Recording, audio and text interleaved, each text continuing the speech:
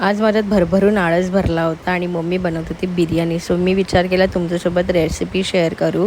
तर मम्मीने इथे पहिला भरभरून आलं लसूण पेस्ट, मीठ, हळद, लाल मसाला आणि धणेपूड, इथे कोथिंबीर आणि पुदिना कापून ठेवला तो आणि दही टाकलं. हे सगळं मॅरिनेशनला टाकलं. सुहानाचा बिर्याणी मसाला टाकला, बारीक चिरून ठेवला पुदिना आणि कोथिंबीर टाकली आणि त्यानंतर थोडीशी कसुरी मेथी पण टाकली आणि हे सगळं तिने मला मॅरिनेशन करायला लावलं, कामाला लावलं बघा मला. तिने मला सांगितलेलं चमचाने कर, पण मी चमचाने करणार नव्हती. हाताने मॅरिनेशन केलेलं खूप चांगलं होतं. फटाफट मॅरिनेशन केलं आणि अर्ध्या तासासाठी त्याला सेट व्हायला ठेवलं. तोपर्यंत मी विचार केला मी मम्मीसोबत खेळते आणि ते करता करता मम्मीने कधी बिर्याणी बनवली ते मला माहिती नाही. मी रेसिपी पुढची दाखवायलाच विसरून गेले आणि मम्मी पण विसरून गेली मला सांगायला. मग काय सॉरी, नेक्स्ट टाईम तुम्हाला रेसिपी दाखवते. मी घेतलं मम्मीला जेवण भरवायला, पण तेवढ्यातच बेल वाजली दरवाजाची आणि माझं ऑर्डर केलेलं पार्सल आलं होतं. ते म्हणजे स्ट्रेटनर मागवलेला मी खूप दिवसापासून मला मागवायचा होता. आणि या स्ट्रेटनरचा व्हिडिओ मी माझ्या रूपसूत्र बाय निकिता या चॅनलवर नक्कीच बघेन, तो जाऊन नक्की बघा. आणि त्यानंतर मी बसले जेवायला. थोडासा चेहरा सुजलेला होता कारण का माझी झोप पूर्ण झाली नव्हती.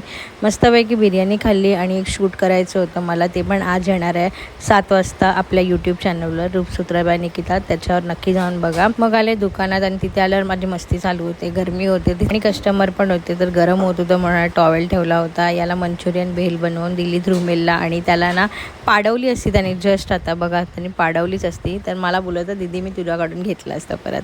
आणि बाहेरचा माहोल असा झालेला की पाऊस पडणार करून, पण पाऊस काय पडणार नाही आहे. मी आहे ना लिहून देते एकदम शाईने, पाऊस लवकर पडणार नाही आहे. आणि याला तुम्ही ओळखलं का कोण आहे मला कमेंटवरून नक्की सांगा. मग दुकान वाढून घरी आले आणि पहिला जेवायला बसले. असा होता आजचा दिवस. ओके बाय, भेटा नवीन व्हिडिओमध्ये.